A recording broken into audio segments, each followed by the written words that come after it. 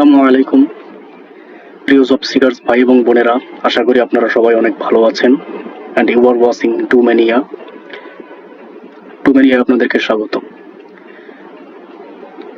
আজকে আমরা দেখব বিভিন্ন জবের পরীক্ষায় যে ধরনের ভোকাবুলারিগুলো এসে থাকে এবং যে ধরনের গ্রামারগুলো এসে থাকে সেই ধরনের গ্রামার নিয়ে আলোচনা করব এবং সেই আলোচনাটা হতে যাচ্ছে ডেইলি স্টার পত্রিকার সম্পাদকীয় পাতাটি থেকে। তো চলুন কথা না বাড়িয়ে শুরু করা যাক আজকের ভিডিও। তার আগে আমার চ্যানেলটি সাবস্ক্রাইব করে পাশে থাকা বেল আইকনটি ক্লিক করে পরবর্তী ভিডিও আপডেটের জন্য পাশে থাকুন। তো আজকের যে টপিক সেটা হচ্ছে ড্রিমস শ্যাটার্ড অন রোড। এখানে ড্রিমস শ্যাটার্ড একটা নতুন ওয়ার্ড পাওয়া গেছে। এই শ্যাটার্ড মানে হচ্ছে চূর্ণ বিচূর্ণ হয়ে যাওয়া অথবা ধ্বংস হয়ে যাওয়া। তাহলে আমাদের শিরোনামটা কি হচ্ছে যে ড্রিমস শ্যাটার্ড অন রোড। এর মানেটি হচ্ছে যে রাস্তায় স্বপ্ন চূর্ণ বিচূর্ণ হয়ে গেল বা ধ্বংস হয়ে গেল। 3 members of a family including father, son die as truck hits bike. তাহলে 3 members of a family, একটি পরিবারের 3জন সদস্য ইনক্লুডিং ফাদার। এখানে দেখা যাচ্ছে যে ইনক্লুডিং একটি শব্দ রয়েছে এবং তারপরে ফাদার। এখানে দেখা যাচ্ছে ফাদার শব্দটি হচ্ছে নাউন। তাহলে এই যে 3 members of a family এবং এই ফাদার, এই দুইটো 3 members of family এবং ফাদারকে যুক্ত করেছে ইনক্লুডিং শব্দটি। কাজেই কোনো নাউন বা প্রোনাউনকে যদি কোনো শব্দ অপর সেন্টেন্সের অপর সেন্টেন্সের সাথে জুড়ে দেয় তাহলে তাকে বলা হবে কি? তাকে বলা হবে প্রিপোজিশন। তাহলে ইনক্লুডিং শব্দটি হচ্ছে একটি প্রিপোজিশন। তারপরে আমাদের কি বলছে যে সন die as truck hits bike. তাহলে সন die as truck hits bike. তাহলে ট্রাক হিট মানে হচ্ছে আঘাত করা, বাইককে যখন আঘাত করলো। তাহলে এখানে অ্যাজ এর পরে দেখা যাচ্ছে যে ট্রাক হিটস বাইক। এখানে সাবজেক্ট হচ্ছে ট্রাক, তারপরে হিটস হচ্ছে ভার্ব এবং তারপরে হচ্ছে আমাদের অবজেক্ট রয়েছে। কাজে আমরা অ্যাজ ট্রাক হিটস বাইক এই জায়গাটাকে আমরা একটি ক্লজ বলতে পারি। এটা কোন ক্লজ হতে পারে? সন ডাই। এখানে ডাই শব্দটাকে মডিফাই করেছে অ্যাজ ট্রাক হিটস বাইক। তার মানে আমরা এই অ্যাজ ট্রাক হিটস বাইক এই ক্লজটাকে বলতে পারি অ্যাডভার্বিয়াল ক্লজ।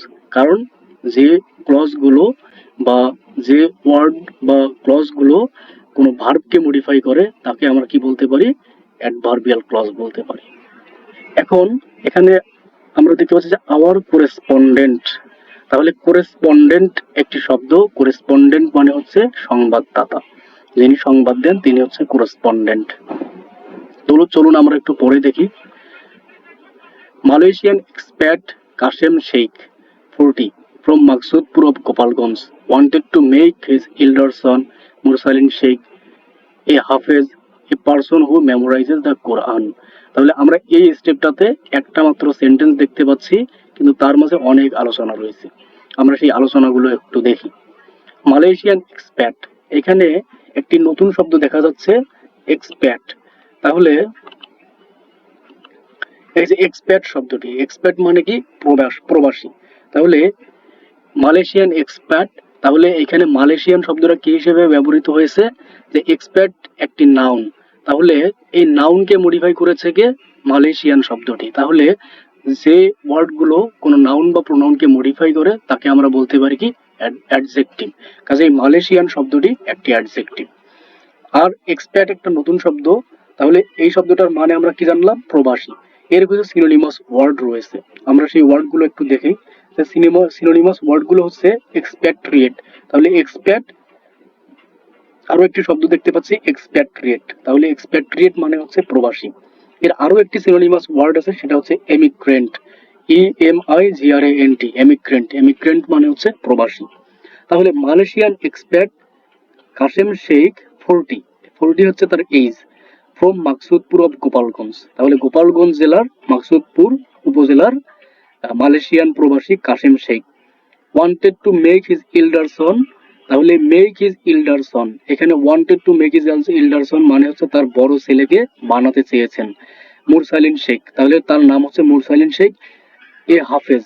তাহলে আমরা এই সেন্টেন্সটা একটু খেয়াল করি যে wanted to make his elder son, এই পর্যন্ত দেখেন যে মালয়েশিয়ান এক্সপার্ট কাসেম শেখ আমরা এই জায়গাটা যদি বাদ দেই তাহলে কি হয়, wanted to make his elder son, এই পর্যন্ত কি একটি বাক্য হয়ে যায় না?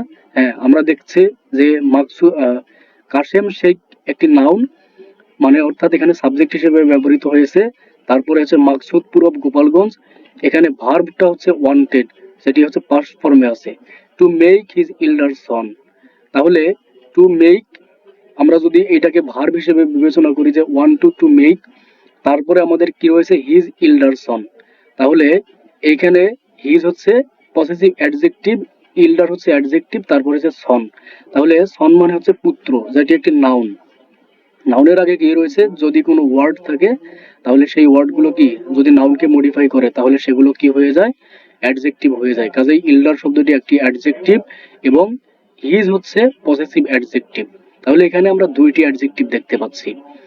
তো এখানে আমরা দেখি যে সাবজেক্ট রয়েছে, তারপরে হচ্ছে ভার্ব রয়েছে এবং অবজেক্ট রয়েছে, তার মানে সেন্টেন্সটি পরিপূর্ণ।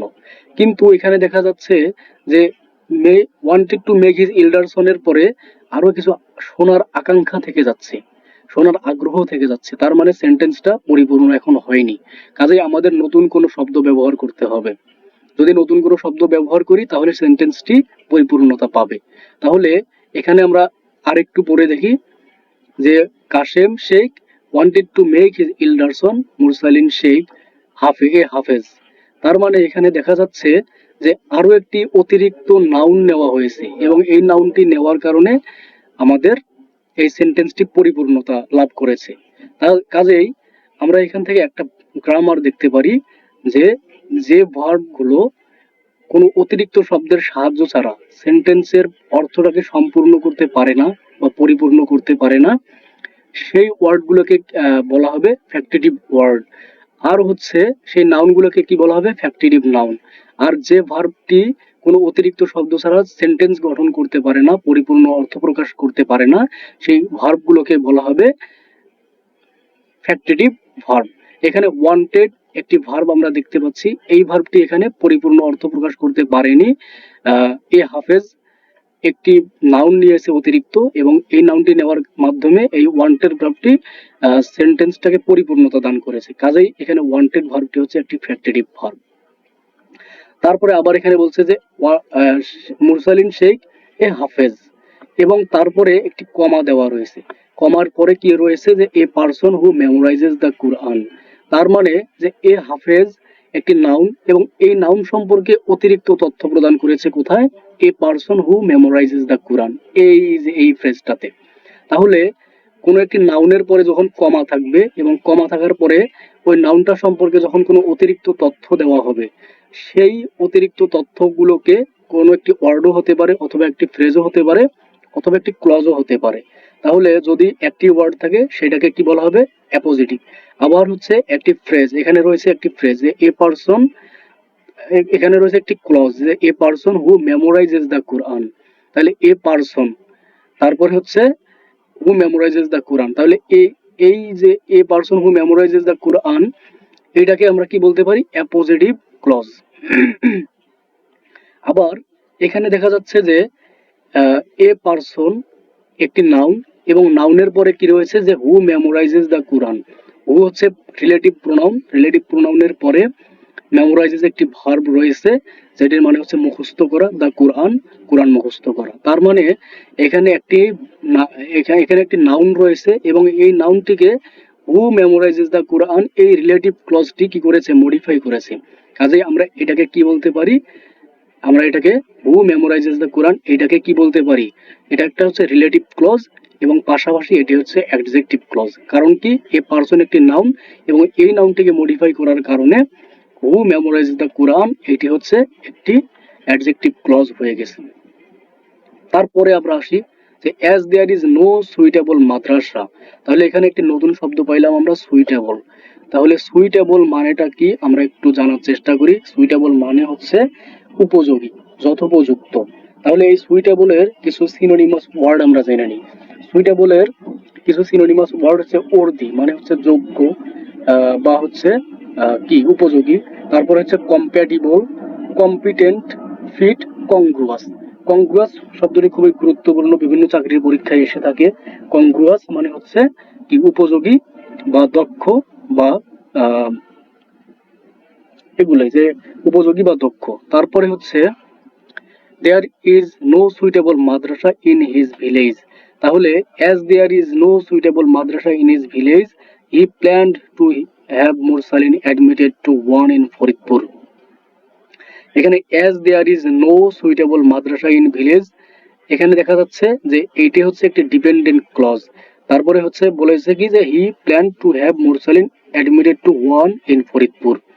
তাহলে এখানে এটা হচ্ছে একটা ডিপেন্ডেন্ট ক্লজ এবং হিড plan two have Mursalin admitted to one in Faridpur, এটা হচ্ছে একটা ইন্ডিপেন্ডেন্ট ক্লজ। তার মানে এটা কি হয়ে দাঁড়ালো যে আমাদের এই পুরো সেন্টেন্সটি একটি কমপ্লেক্স সেন্টেন্স। তারপরে accompanied by his younger brother Nazmul Sheikh. তাহলে যে হাফেজ রয়েছে মুরসালিন শেখ, তার আরো একজন ছোট ভাই রয়েছে, তার নাম কি ইয়াঙ্গার ব্রাদার নাজমুল শেখ। তাহলে অ্যাকম্পানিড বাই তাহলে অ্যাকম্পানির সাথে অ্যাকম্পানি যে ভার্বটি রয়েছে সেই ভার্বটির সাথে অ্যাপ্রোপ্রিয়েট প্রিপোজিশন হিসেবে বসে কি, অ্যাপ্রোপ্রিয়েট প্রিপোজিশন হিসেবে বসে হচ্ছে বাই। আমরা আরো একটি প্রিপোজিশন নিতে পারি, সেটি হচ্ছে অ্যাকম্পানি উইথ নিতে পারি। তাহলে দুটোই সঠিক, দুটোই নেওয়া যাবে। এখানে আমরা নিয়েছি অ্যাকম্পানিড বাই। তাহলে accompanied by his younger brother. তাহলে Nazmul Sheikh Kashem embarked on a motorcycle. তাহলে এমবার্কড একটি শব্দ আমরা দেখতে পাচ্ছি এখানে, নিউ ওয়ার্ড। তাহলে এমবার্ক মানেটা কি হতে পারে? এমবার্ক মানে হচ্ছে কোনো কাজ শুরু করা বা প্রারম্ভ করা, অথবা এমবার্ক মানে আরো একটি রয়েছে, সেটি হচ্ছে জাহাজের পাটাতনে চড়া। কিন্তু এখানে আমাদের কি হিসেবে ব্যবহৃত হলো যে এমবার্কড অন এ মোটরসাইকেল জার্নি। তাহলে একটি মোটরসাইকেল ভ্রমণে শুরু করেছে।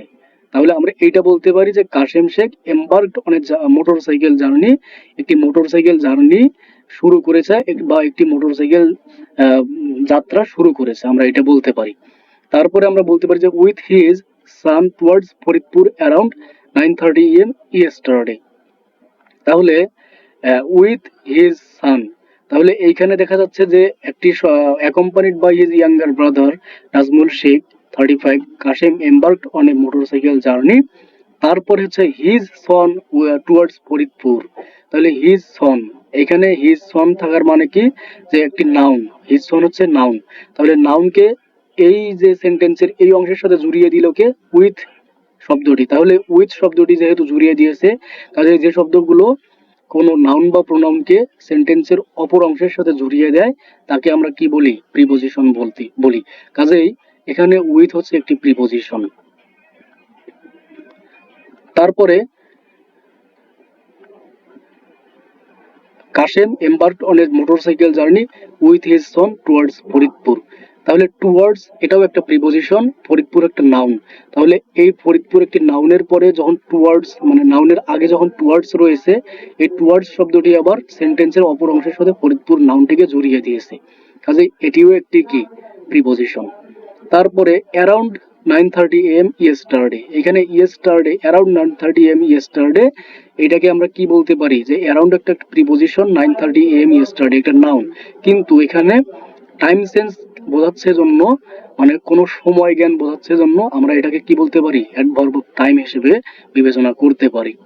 তারপরে এখানে বলছে কমার পরে কি বলছে, aiming to fulfil this dream. তাহলে aiming to fulfil this dream, এখানে দেখা যাচ্ছে যে এইম প্লাস আইএনজি রয়েছে, তারপরে হচ্ছে টু ফুলফিল দিস ড্রিম। তার মানে এটা কি, একটি ফ্রেজ আমরা লক্ষ্য করতে পারছি। এখন এটা কোন ফ্রেজ হতে পারে, পার্টিসিপল ফ্রেজ নাকি হচ্ছে জিরান্ডিয়াল ফ্রেজ, আমরা কি হিসেবে বিবেচনা করতে পারি?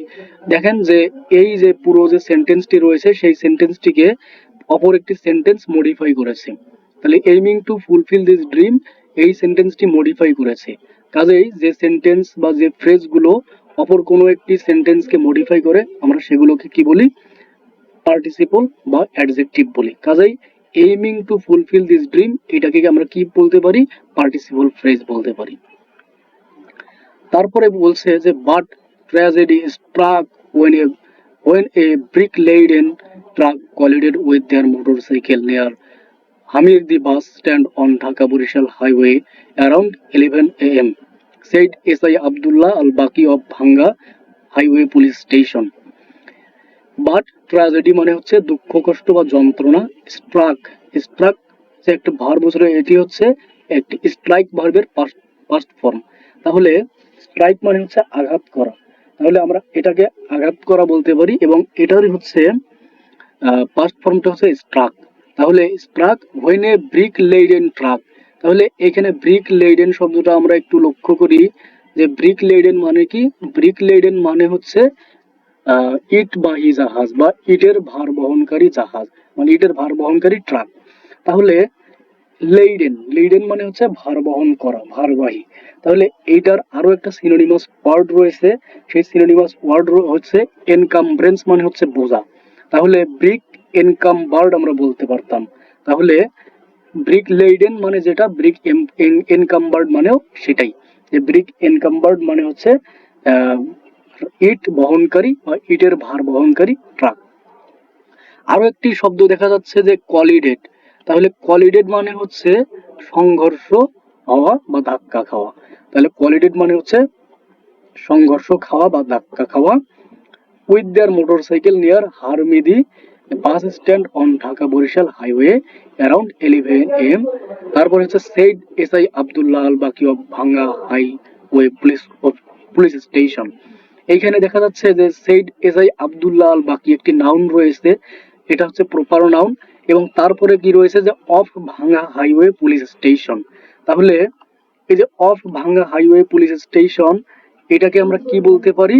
যে SI আব্দুল্লাহ আল বাকি এই যে এই নাউনটাকে মডিফাই করেছে, কি কোনটা মডিফাই করেছে? অফ ভাঙ্গা হাইওয়ে পুলিশ স্টেশন, এই ফ্রেজটুকু। কাজে এখানে অফ থেকে শুরু করে পুলিশ স্টেশন পর্যন্ত যে ফ্রেজটুকু আমরা পেলাম, সেটাকে আমরা প্রিপজিশনাল ফ্রেজ বলতে পারি। কিন্তু এখানে SI আব্দুল্লাহ আল বাকি একটি নাউন, এবং নাউনকে মডিফাই করেছে এই প্রিপজিশনাল ফ্রেজটি। কাজেই সেটি আর প্রিপজিশনাল ফ্রেজ হিসেবে থাকবে না, সেটি কি হয়ে যাবে? একটি অ্যাডজেক্টিভ ফ্রেজ হয়ে যাবে। কাজেই অফ ভাঙ্গা হাইওয়ে পুলিশ স্টেশন, এটা হচ্ছে একটি অ্যাডজেক্টিভ ফ্রেজ। আবার মুরসালিন died while being taken to Bhanga upazila health complex. তাহলে এই জায়গাটা আমরা একটু দেখি যে মুরসালিন ডাইড, ডাইড হচ্ছে পাস্ট ফর্মে আছে, তারপর হচ্ছে while being taken to Bhanga upazila health complex. আচ্ছা, আমরা while সম্পর্কে একটু কথা বলে নিই। while হচ্ছে একটি কনজাংশন, কনজাংশনের পরে সচরাচর একটি সেন্টেন্স থাকার কথা, কিন্তু আমাদের এখানে কি রয়েছে? একটি ফ্রেজ রয়েছে, যে বিইং টেকেন টু ভাঙ্গা উপজেলা হেলথ কমপ্লেক্স। এখানে দেখা যাচ্ছে যে আমাদের এখানে ক্লজ থাকার কথা, কিন্তু আমাদের রয়েছে ফ্রেজ। কাজে এইটাকে আমরা যদি একটু ইলাবোরেট করি, যদি আমরা ক্লজে রূপান্তর করি, তাহলে আমরা কি পাই? যে মুরসালিন died while he was taken to ভাঙ্গা উপজেলা হেলথ কমপ্লেক্স, আমরা কিন্তু এটা বলতে পারতাম। কিন্তু হি ওয়াজ কে রিডিউস করে আমরা কি করলাম? যে বিইং করে দিলাম, যে মুরসালিন died while being taken to ভাঙ্গা উপজেলা হেলথ কমপ্লেক্স। তার মানে এটা কি দাঁড়ালো? এটা হচ্ছে একটি রিডিউসড ক্লজের উদাহরণ। তাহলে যখন হচ্ছে কোনো ক্লজ থেকে সাবজেক্ট এবং ভার্বকে সরিয়ে দিয়ে আমাদের ভার্বের সাথে আইএনজি যুক্ত করে দেওয়া হয়, সেইটাকে কি বলা হবে? সেইটাকে বলা হবে রিডিউসড ক্লজ। তাহলে Mursalin died while being taken to Bhanga upazila health complex. তাহলে while being taken to Bhanga upazila health complex হচ্ছে একটি রিডিউস ক্লজের উদাহরণ। said the SI। তারপর adding that Kashem and Nazmul died while being taken to Bangabandhu Sheikh Mujib medical college. তাহলে অ্যাডিং দ্যাট, এখানে আগের মতো করেই আমরা বলতে পারি যে এটাও একটা হচ্ছে অ্যাডজেক্টিভ, মানে পার্টিসিপল ক্লজ ফ্রেজ। কারণ হচ্ছে অ্যাড হচ্ছে ভার্বের সাথে আইএনজি যুক্ত করে দেওয়া আছে, এবং এই যে এই ফ্রেজটুকু আবার আগের যে সেন্টেন্সটি রয়েছে সেই সেন্টেন্সটাকে মডিফাই করেছে। কাজেই এটাকে কি বলতে পারি আমরা? যে পার্টিসিপল ফ্রেজ। তারপরে Abu Bakar and uncle of Mursalin said Kashem had returned from Malaysia 2 months ago। তাহলে আবু বকর একটি নাউন, এবং নাউনের পরে কমা, এন্ড আঙ্কেল অফ মুরসালিন আবার একটি কমা রয়েছে। তার মানে আমরা আগের যে অ্যাপোজিটিভ পড়লাম, যে আবু বকর, তারপরে হচ্ছে এই নাউন সম্পর্কে অতিরিক্ত তথ্য দেওয়া হলো কোথায়? যে অ্যান আঙ্কেল অফ মুরসালিন, এই ফ্রেজটা ব্যবহার করে। তাহলে এই ফ্রেজটা ব্যবহার করলে যখন হচ্ছে এই নাউনটা সম্পর্কে অতিরিক্ত তথ্য দেওয়া হলো, তার মানে অ্যান আঙ্কেল অফ মুরসালিন কি হয়ে গেল, উপরোক্ত যে নাউনটি রয়েছে বা অ্যান্টিসিডেন্টটি রয়েছে সেই অ্যান্টিসিডেন্টটির একটি অ্যাপোজিটিভ হয়ে গেল। তাহলে এটা হচ্ছে একটি অ্যাপোজিটিভ ফ্রেজ। তারপরে Abu Bakar and uncle of Mursalin said, তাহলে সেইড কাশেম হ্যাড রিটার্নড, তাহলে সেইডের পরে Kashem had returned from Malaysia 2 months ago, তাহলে Abu Bakar and uncle of Mursalin said এই পর্যন্ত এটা হচ্ছে ইনডিপেন্ডেন্ট ক্লোজ। তারপরে হচ্ছে Kashem had return from Malaysia 2 months ago, আমরা এখানে একটা দ্যাট দিয়ে নিতে পারতাম, তাহলে ক্লজটি বোঝা অনেক সহজ হয়ে যেত, কিন্তু এখানে দ্যাটটি না দিয়ে সরাসরি সেইডের পরে সরাসরি সেন্টেন্সটা দিয়ে গেছে, কাজেই এটাও হচ্ছে একটা ডিপেন্ডেন্ট ক্লোজ। তাহলে আমাদের এই সেন্টেন্সটা হচ্ছে কমপ্লেক্স সেন্টেন্স। তারপরে বলছে যে মাসুদ শেখ ব্রাদার অফ কাশেম শেখ, একই রকম appositive, brother of Kashem Sheikh হচ্ছে মাসুদ শেখের appositive. Said the truck claimed the lives of my 2 brothers and nephew, তাহলে দ্য ট্রাকটি ক্লেইমড মানে হচ্ছে, ক্লেইম মানে হচ্ছে দাবি করা অথবা স্বীকার করা, তাহলে দাবি করা অথবা স্বীকার করা। তাহলে the truck claimed the lives of my 2 brothers and nephew, তাহলে 2 brothers মানে হচ্ছে 2 ভাই এবং নেফিউ মানে হচ্ছে ভাগ্নে। তাহলে কি বললেন তিনি, যে এই ট্রাকটি আমার 2জন ভাই এবং ভাগ্নের জীবন কেড়ে নিয়েছে, বা দুইজন যে ভাগ্নের জীবন কি কি করেছে, স্বীকার করেছে। Our family has been shattered, তাহলে শ্যাটার্ড শব্দটি আমরা প্রথমেই পরিচিত হয়ে নিয়েছি। শ্যাটার্ড মানে হচ্ছে চূর্ণ বিচূর্ণ হয়ে যাওয়া, ধ্বংস হয়ে যাওয়া। কাজেই our family has been shattered, আমাদের পরিবারটি ধ্বংস হয়ে গেছে। উই ডিমান্ড জাস্টিস, ডিমান্ড মানে হচ্ছে দাবি করা, তাহলে ডিমান্ড মানে হচ্ছে দাবি করা, তাহলে ডিমান্ড মানে হচ্ছে দাবি করা এখানে, তাহলে উই ডিমান্ড জাস্টিস, আমরা ন্যায় বিচার দাবি করি। তারপরে বলল কি যে the SI said they have seized the truck, তাহলে এসআই বললেন কি যে তারা ট্রাকটিকে বাজেয়াপ্ত করেছে। তাহলে বাজেয়াপ্ত করার কিছু সিনোনিমাস ওয়ার্ড রয়েছে, তাহলে সিজড মানে হচ্ছে বাজেয়াপ্ত করা। তাহলে সিজের আরো কিছু সিনোনিমাস ওয়ার্ড রয়েছে, সেগুলো সম্পর্কে আমরা একটু বলি। যে সিজ এর সিনোনিমাস ওয়ার্ড হচ্ছে ফোরফিট, ফোরফিট মানে হচ্ছে বাজেয়াপ্ত করা, এর নাউন হচ্ছে ফোরফিচার। তারপরে হচ্ছে কনফিসকেট, কনফিসকেট মানে হচ্ছে বাজেয়াপ্ত করা, এর নাউন হচ্ছে কনফিসকেশন। আমরা আরো একটা শব্দ ব্যবহার করতে পারি, সেটা হচ্ছে গ্র্যাব, গ্র্যাব মানে হচ্ছে কেড়ে নেওয়া। আরো একটি শব্দ ব্যবহার করতে পারি, সেটা হচ্ছে স্ন্যাচ, স্ন্যাচ মানে হচ্ছে কেড়ে নেওয়া বা বাজেয়াপ্ত করা। কাজেই সিজ মানে হচ্ছে বাজেয়াপ্ত করা। The SI said they have seized the truck, তারা ট্রাকটি বাজেয়াপ্ত করেছে। But its driver manage to flee, কিন্তু এটার যে চালক রয়েছেন তিনি পালাতে সক্ষম হয়েছেন। তাহলে ম্যানেজ টু ফ্লি মানে হচ্ছে এখানে পালাতে সক্ষম হওয়া। Legal proceedings were under way, তাহলে লিগ্যাল প্রসিডিংস জিনিসটা খুবই ইন্টারেস্টিং একটা ওয়ার্ড। যে লিগ্যাল প্রসিডিংস মানে হচ্ছে আইনগত কার্যক্রম, তাহলে লিগ্যাল প্রসিডিংস মানে হচ্ছে আইনগত কার্যক্রম। ওয়ার আন্ডারওয়ে মানে হচ্ছে চলমান থাকা, তাহলে আন্ডারওয়ে মানে হচ্ছে চলমান থাকা, আন্ডারওয়ে মানে চলমান থাকা। হি অ্যাডেড, তিনি যোগ করলেন। তাহলে বন্ধুরা আজকে আমরা দেখলাম যে ডেইলি স্টার সম্পাদকীয় থেকে কিছু গ্রামার এবং কিছু ভোকাবুলারি আমরা দেখলাম। দেখা হবে পরবর্তী কোনো দিন, পরবর্তী কোনো ভিডিওতে। ততদিন পর্যন্ত সুস্থ থাকবেন, ভালো থাকবেন এবং আমার চ্যানেলটি সাবস্ক্রাইব করে পাশে থাকা বেল আইকনটি ক্লিক করে রাখবেন পরবর্তী ভিডিও আপডেট পাওয়ার জন্য। আসসালামু আলাইকুম।